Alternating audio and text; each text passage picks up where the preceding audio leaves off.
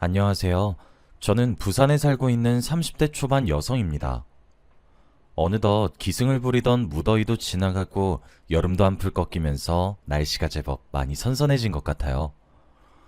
언제 더운 여름 다가고 가을이 오려나 했는데 시간이 참 빠른 것 같지 않나요? 시간이 언제 흐르나 했는데도 어김없이 여름이 지나가고 가을이 오는 걸 보면요. 그리고 곧 겨울이 오기도 하겠죠. 제가 이렇게 사연을 쓰게 된 이유는 시간이 참 약이 되는 것 같다는 이야기를 하고 싶어서입니다. 마치 계절이 변화하듯 결국 시간은 흐르게 되어 있고 뿌린 대로 거둔다는 생각이 참 많이 들었거든요. 다른 사람 눈에 눈물 나게 하면 그 사람은 피눈물을 흘린다고 하던데 옛말이 틀린 것 하나 없더라고요. 사실 저는 몇 년 전까지만 해도 악에 받친 상태로 살아왔습니다. 불행한 일은 한꺼번에 온다고 하더니 정말 살아가고 있는 삶을 포기하고 싶은 마음이 불쑥불쑥 고개를 내밀었죠. 버티는 것도 어렵게 느껴지던 그 시절엔 세상이 날 버린 것이 틀림없다는 생각이 절로 들 정도로 많이 힘들어 했었어요. 하지만 지금의 남편을 만나 이겨낼 수 있었고 그 시기를 기점으로 인생의 터닝포인트를 맞이할 수 있게 되었네요. 지금의 저는 그 시절 저와는 180도처럼 완전히 변해버렸거든요. 요즘은 살맛이 난다는 표현이 제일 적절한 것만 같아요. 사실 힘들었던 시기를 보냈던 순간에는 제 입에서 욕이 나오거나 불평 또는 불만만 나왔었거든요. 그리고 매사가 억울했었어요. 그런데 요즘은 마음의 여유도 생기게 되었고 행복하다는 생각이 자주 듭니다. 그래서 이렇게 사연을 보내봅니다. 제가 다시 제 삶을 사랑할 수 있었던 이유를 말하고 싶어서요. 제 사연을 통해서 여러분들도 행복해지셨으면 좋겠네요.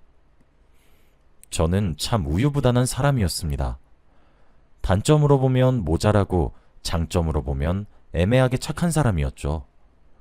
앞에서 싫은 소리는 하지 못했지만 저 혼자 남게 되는 시간이 있으면 어김없이 상대방을 향한 불만을 토해내곤 하는 그런 사람 말이에요. 그런 제게 소연이란 친구도 한 명 있었습니다. 소연이로 인해 제 삶은 참 많이 불행해졌었죠. 소연이는 항상 주위에 남자가 많았어요.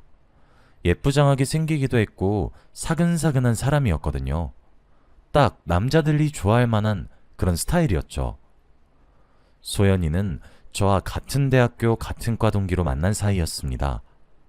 저도 소연이랑 어떻게 친해지게 되었는지는 잘 기억이 나질 않습니다. 그냥 정신을 차려보니까 이미 친해진 이후였거든요. 하지만 소연이는 제 삶의 걸림돌 같은 사람이었습니다. 저를 항상 이용했었거든요. 돈을 수시로 빌려가기도 했어요. 10,000원, 20,000원 이런 식으로 소액을 자주 빌려갔고 갚진 않았죠. 그 외에도 과제를 도와달라고 말은 하지만 실상 거의 제가 다 해주기도 했었고 남자들 만난다고 저와 약속을 펑크내기도 했고 제게 심부름도 시키곤 했어요. 지금 생각하면 제가 왜 그렇게까지 절절맸나 싶기도 합니다. 하지만 그 시절 소연이가 정말 너밖에 없다. 고마워. 땡큐. 이렇게 절 치하하는 말을 해주면 그래 소연이가 바빠서 부탁한 건데 뭐 너무 예민하게 생각하지 말자. 소연이는 날 가장 친하다고 생각해서 부탁했던 거니까 하고 합리화하면서 넘기곤 했었죠. 주위에서 제게 계속 충고를 했어요. 특히 여자인 친구들이 말이에요. 저보고 소연이 시녀냐, 왜 자꾸 시키는데 그걸 군말 없이 들어주냐 등등 그런 말을 하면서 제게 멀어지기를 권유했었어요. 사실 소연이는 여자인 친구들한테 미움을 많이 샀었거든요. 왜 그런 여자가 간혹 있잖아요. 동성 친구들이 거의 없고 주위에 남자들만 많은 사람이요. 대외적인 이미지는 말수도 적고 조용하고 그런 느낌이고 여성스러운 분위기가 풀풀 풍기는 여자들이요. 저희 과는 남녀 비율이 거의 반반이었어서 캠퍼스 커플들이 많았어요. 저희 학번에서만 10커플 이상 나왔으니 말 다 했죠. 그런데 10커플 중 8커플이 헤어졌어요. 남자들이 소연이가 좋아졌다면서 여자친구들을 차버렸거든요. 그것도 소연이의 안 좋은 소문에 한몫을 했었죠. 꼬리치고 다니는 여우라면서 말이에요. 하지만 저는 이미 소연이에게 맞춰져 있었고 제 친한 친구를 욕하는 모습이 오히려 더 못나 보인다는 생각을 했어요. 제게 귀한 주언을 한다고는 감히 생각을 하지도 못했죠. 전 오히려 소연이가 너무 예쁘고 여성스러워서 괜히 여자들이 질투와 시기에 눈이 멀어 애꿎은 내 친구를 괴롭히고 피해를 준다고 생각했거든요. 그래서 소연이 편을 더욱 들기도 했고요. 정말 제 착각이었을 뿐인데 말이에요. 그렇게 우유부단했던 저 역시도 연애를 몇 번 하기는 했었습니다. 그럴 때마다 소연이에게 남자친구를 빼앗겼지만 말이에요. 그런데 그 시기에는 그게 또 당연한 느낌이었어요. 나보다 예쁜 사람이니까 라고 생각하면서 말이에요. 20대에 만났던 남자친구들의 90% 정도가 헤어질 때 주고받은 멘트들이 똑같았죠. 우리 헤어지자. 왜? 그러지 마. 어차피 너도 알게 될 것 같으니까 그냥 내 입으로 이야기할게. 나 너 말고 좋아하는 사람 생겼어. 그리고 그 사람은 네가 아는 사람이기도 해. 설마 소연이야? 그래, 미안해. 그냥 내가 나쁜 새끼 할게. 잘 지내라. 소연이는 제게 다정하게 대해주고 제게 진심으로 대해줬다고 생각한 순간이 하나 있었는데 그건 바로 제가 저렇게 소연이에게 넘어간 남자친구들에 의해 차이게 되면 소연이가 그때만큼은 절 위로해 주었습니다. 자기가 미안하다고 잘못했다고 사과까지 하면서 말이에요. 그런데 또 그렇게 천사 같은 얼굴로 제게 사과해오는 소연이를 보고 있으면 예쁘게 태어난 소연이가 무슨 죄가 있는가 그런 생각만 들게 되더라고요. 예쁜 것이 죄라면 죄구나 싶기도 하고 그렇게 용서하고 받아들이며 살기 시작했습니다. 그런 대학 생활을 보냈고 전 취업에 성공을 하게 되었습니다. 제가 생각보다 꽤 공부를 잘하기도 했었고 전공을 잘 살려서 취업을 하게 되었어요. 제가 재학했던 곳은 패션 디자인과였거든요. 그렇게 바쁘게 살기 시작하면서 소연이와 연락이 자연스레 줄어들었습니다. 정확히 제가 찾지 않는 이상 소연이가 절 찾는 일이 없었죠. 본인이 필요한 경우를 제외하고 말이에요. 전 그렇게 미천을 모았습니다. 저는 꿈이 하나 있었거든요. 제 이름으로 된 브랜드를 하나 런칭하는 것이 저의 목표였어요. 전 옷을 만드는 사람이니까 말이에요. 그렇게 미천을 3년 동안 꼬박 모아 옷가게를 하나 차리게 되었습니다. 처음 입소문을 타기 전에는 당연히 가게에 이따금씩 오는 지인들과 지나가다 들어오는 소수의 손님들을 제외하고는 파리만 날렸었어요. 그래서 그냥 알바생을 하나 고용했고 낮에는 직장에서 일을 했고 저녁에 퇴근 이후부터는 제가 가게를 돌봤습니다. 이렇게 해서는 안 된다는 생각에 저는 가게 이름과 똑같은 인터넷 쇼핑몰도 하나 오픈했어요. 가게에 있는 제품들 또한 쇼핑몰에 올렸죠. 그리고 그 판단은 매우 옳았습니다. 인터넷 쇼핑몰이 대박이 나게 되었거든요. 그리고 저는 SNS도 적극 활용하기 시작했어요. 라이브 방송이라고 생방송처럼 할 수 있는 기능이 있는데 그걸로 작은 패션쇼를 하듯 여러 옷을 바꿔 입으면서 여기는 이런 디테일이 살아있고 가격은 얼마이고 하면서 설명도 했었죠.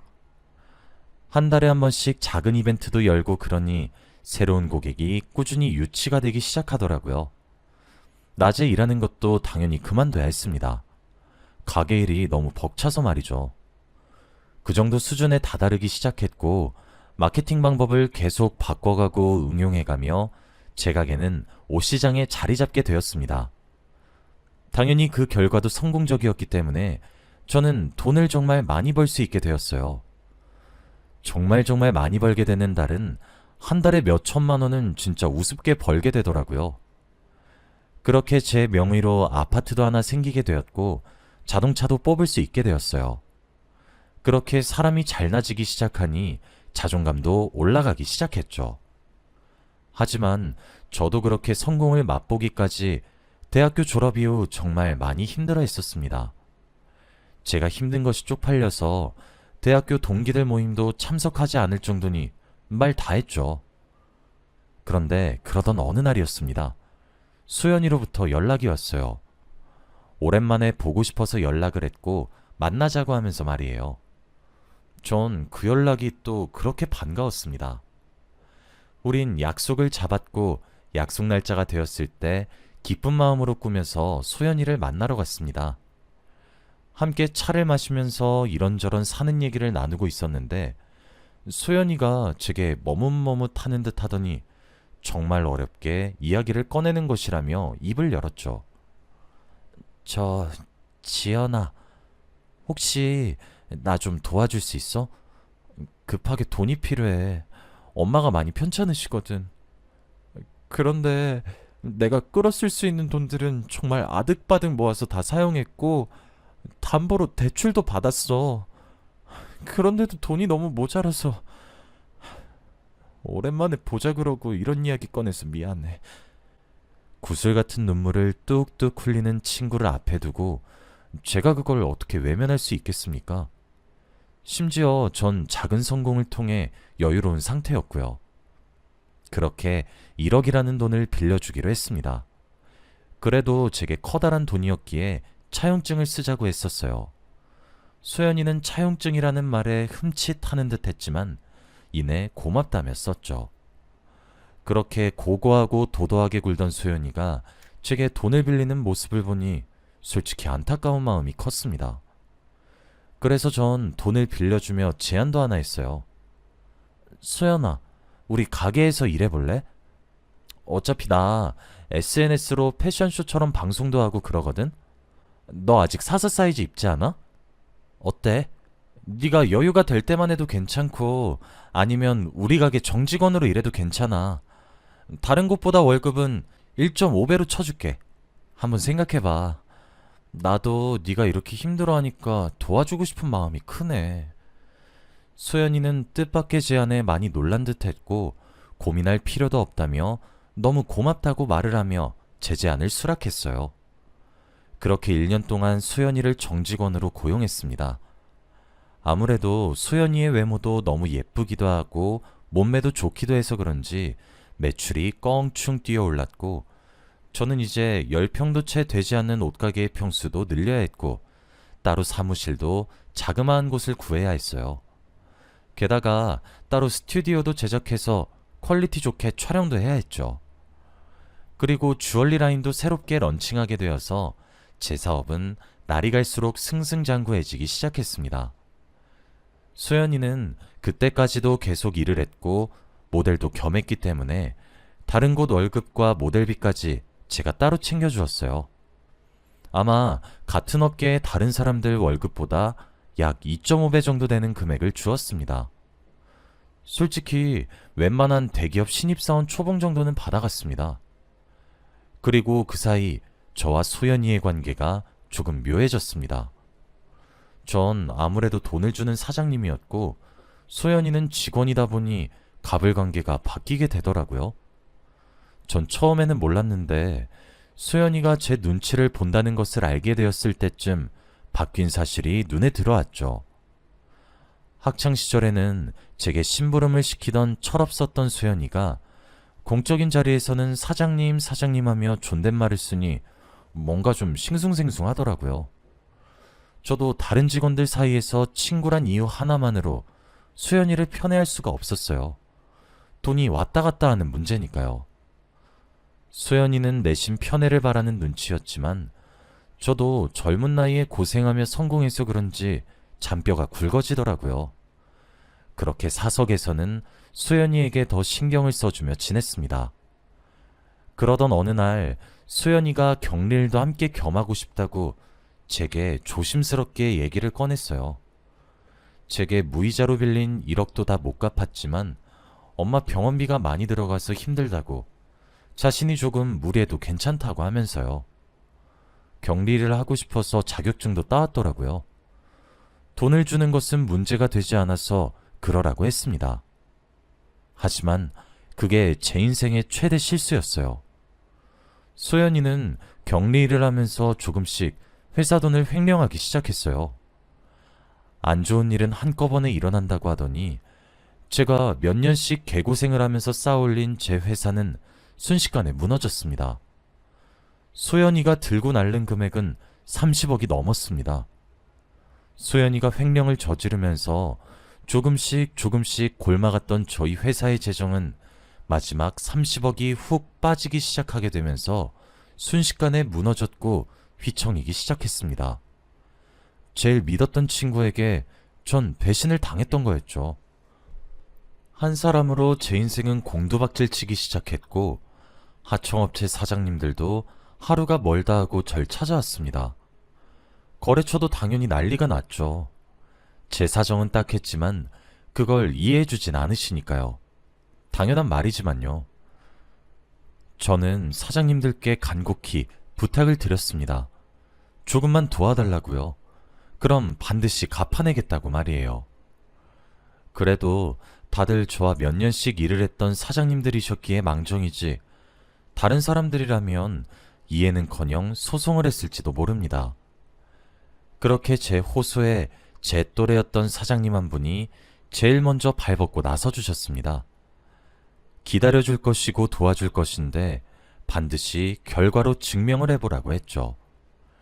그 사장님 한 분을 시작으로 몇몇 사장님들께서 절 믿어주셨고 투자를 해주시면서 도와주셨습니다. 전 비록 사람으로 인해 무너졌지만 또 사람들로 인해 일어설 수 있게 된 것이었죠. 전 정말 피똥 싸는 심정으로 회사를 살리는 것에 몰두했습니다. 돈도 없어서 직원들 월급도 밀렸었어요. 직원들에게도 너무 미안했죠. 하지만 약속을 했습니다. 제가 꼭 밀린 월급에 더 얹어서 드리겠습니다. 그러니 조금만 더 기다려주시고 절 도와주시면 안 될까요? 부탁드립니다. 고개 숙여 한 제 부탁에 직원들은 너나 할 것 없이 제 손발이 되기를 자처해 주었습니다. 사장님, 당연히 도와드려야죠. 사장님이 저희한테 어떻게 해주셨는데요? 그럼 지금부터 뭘 하면 될까요? 하면서 말이에요. 그렇게 1년 동안 직원들의 월급을 지급하진 못했지만 함께 개고생을 하면서 회사를 다져나갔습니다. 받은 투자금으로 급한 어음들을 막았죠. 하늘에서 제 노력에 감동한 것인지 1년이 지난 기점으로 사업은 술술 풀렸습니다. 순풍에 돛을 배처럼 말이에요. 새롭게 런칭한 주얼리 라인과 신상 옷들로 수익이 미친 듯이 나기 시작했습니다. 1년 동안 정말 제 직원들도 고생했지만 그 다음 해에 저희 회사가 벌어들인 돈은 150억이었습니다. 소연이가 횡령한 30억의 5배가 되는 돈을 벌어들인 거죠. 돈을 벌자마자 직원들의 밀린 월급을 전부 지급했고 하청업체에 밀린 대금을 치렀고 벌리면 벌리는 족족 거래처들에게 갚아 나갔습니다. 믿어주셔서 감사하다는 말과 함께요. 연말이 되었을 때는 회사가 숨도 쉴 수 없을 만큼 바빠졌죠. 저는 기다려준 제 직원들에게 보너스도 지급했고 전원 호텔로 휴가를 보냈습니다. 그걸로도 전 모자라다 생각을 했었기 때문에 전원 연봉도 올려줬습니다. 전 제가 그렇게 가진 것을 모두 잃었던 상황에 저 하나만 믿고 제 곁에 남아준 직원들이 너무 고마웠거든요. 그리고 그렇게 사업이 풀리기 시작하면서 횡령으로 고소했던 소연이도 결국 잡혔습니다. 사실 소연이를 정말 원망도 많이 했지만 그렇게 자신의 엄마가 힘든 상황에 큰 돈을 보면 눈이 뒤집히겠다 싶어 잡히고 난 소연이를 보며 고소를 취할까 정말 많이 망설였습니다. 그런데 알고 보니 엄마가 아픈 것도 다 거짓말이었고 저한테 그동안 받아간 월급을 받으면 받는 족족 그대로 도박에 탕진을 해왔다고 하더군요. 심지어 수연이가 잡힌 경위도 불법 도박을 하고 있던 현장을 덮친 경찰에 의해 잡힌 거였습니다. 전 티끌만큼 남아있던 잔정과 동정도 그렇게 털어낼 수 있게 되었고 법대로 처리할 수 있게 되었습니다. 수연이가 제게 악을 쓰면서 그러더라고요. 내 수발이나 들던 년이 그깟 돈이 뭐라고 네가 뭔데 날 감히 고소해. 당장 취하란 말이야. 질질 끌려가던 수연이의 모습에 참 제가 부정당하는 느낌이었고 씁쓸했으며 허무했습니다. 결국 수연이는 횡령죄로 소송에서 패배했고 법의 심판을 받게 되었습니다. 어차피 수연이에게 30억 전액을 다 뱉어낼 순 없겠더라고요. 그래도 징역살이를 면치 못하게 된 것으로 전 만족할 수 있게 되었습니다. 그리고 글을 읽으며 눈치를 채셨겠지만 또래의 거래처 사장님이 제 지금의 남편입니다. 누구보다 먼저 가장 초라한 상황에 손톱만 물어뜯던 저를 큰 투자를 해주며 도와주게 되었고 그 일을 계기로 정말 제가 지치고 힘든 날 만나서 밥도 먹고 술도 먹고 하면서 친해지게 되었어요. 아무래도 다른 사장님들과 달리 또래의 나이였기에 가능했던 일 같아요. 그렇게 점점 편한 사이가 되다가 우린 눈이 맞았고 결혼까지 할 수 있게 되었습니다. 전 수연이가 제대로 된 죗값을 치르면서 본인의 삶을 반성하고 새 사람이 되길 기도하지만 안 될 것 같기도 합니다. 그래도 수연이를 정말 많이 원망했지만 제 주위에 제 사람을 가려낼 수 있는 기회를 가질 수 있게 된 것 같아 괜찮은 경험이었다고 생각합니다. 물론 제가 다시 일어서지 못했다면 이런 여유로운 생각을 할 수 없었겠지만요. 더 이상 저는 슬프지 않습니다. 이제 제 가족과도 같은 직원들이 열심히 일을 해주고 있고 그 결과 사업의 규모도 조금씩이지만 커지고 있어요. 매년 새롭게 일할 사람을 한 명씩 구하고 있거든요. 그리고 제 곁을 든든하게 지켜주는 지원군인 제 남편 덕에 더 이상 슬프지도 괴롭지도 않습니다. 당시에는 정말 너무 많이 힘들었고 어떻게 이 시련을 극복해 나가야 할지 무척이나 막막했지만 이렇게 시간이 지나가고 그 역경과 고난을 제가 버티면서 이겨냈고 그랬더니 이렇게 좋은 날이 찾아온 것 같습니다. 사람으로 인해 무너졌지만 사람들로 인해 일어나게 되기도 했죠. 정말 힘들었던 시간이었지만 돈 주고 살 수도 없는 경험을 하게 된 것 같기도 합니다. 여기까지가 제 이야기였고요. 들어주셔서 감사합니다. 여러분도 항상 좋은 일만 가득하시길 바라겠습니다.